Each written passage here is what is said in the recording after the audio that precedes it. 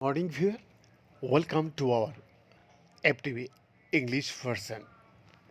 Viewers, a biotech company called Reveal Pharmaceuticals is looking into ways to reverse aging. And the company's science team, along with researchers from the company Calico and the University of Colorado, may be a step closer to realizing the so-called fountain of youth. The team recently published their study in Nature Communications detailing how they engineered an enzyme capable of reversing a particular form of age-related damage and demonstrated its competition with test result. One common sign of aging in the cells of living organism is a type of protein damage called N to the power E or carboxymethyl in the short form CML. And CML is part of a group of harmful compounds aptly named AGEs, that means AIDS, or advanced glycation and lipoxidation end products.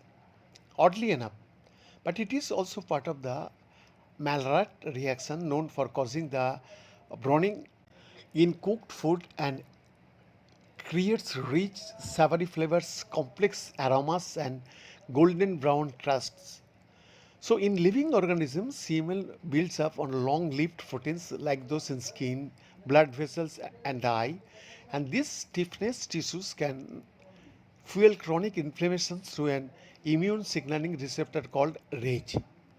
The engagement of the CML and RAGE axis triggers a signaling cascade that activates NF-kB and stimulates the release of pro-inflammatory cytokines and pro-fibrotic growth factors too.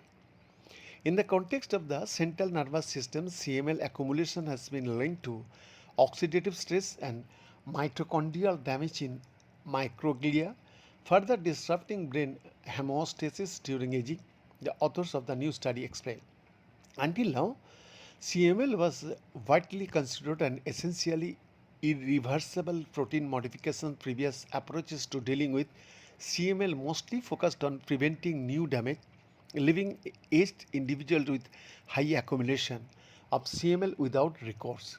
However, some drugs have been investigated to slow the formation of advanced glycation end products, and some research suggested that microbial enzymes might be able to act on free CML.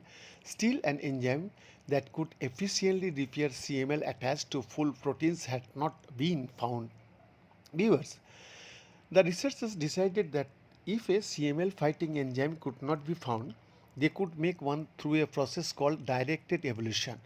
And they first searched for a microbial enzyme starting point and then used directed evolutions to improve it through 5 rounds of engineering. And they screened more than 500 million enzyme variants for the ability to process CML. Beyond this exclusive.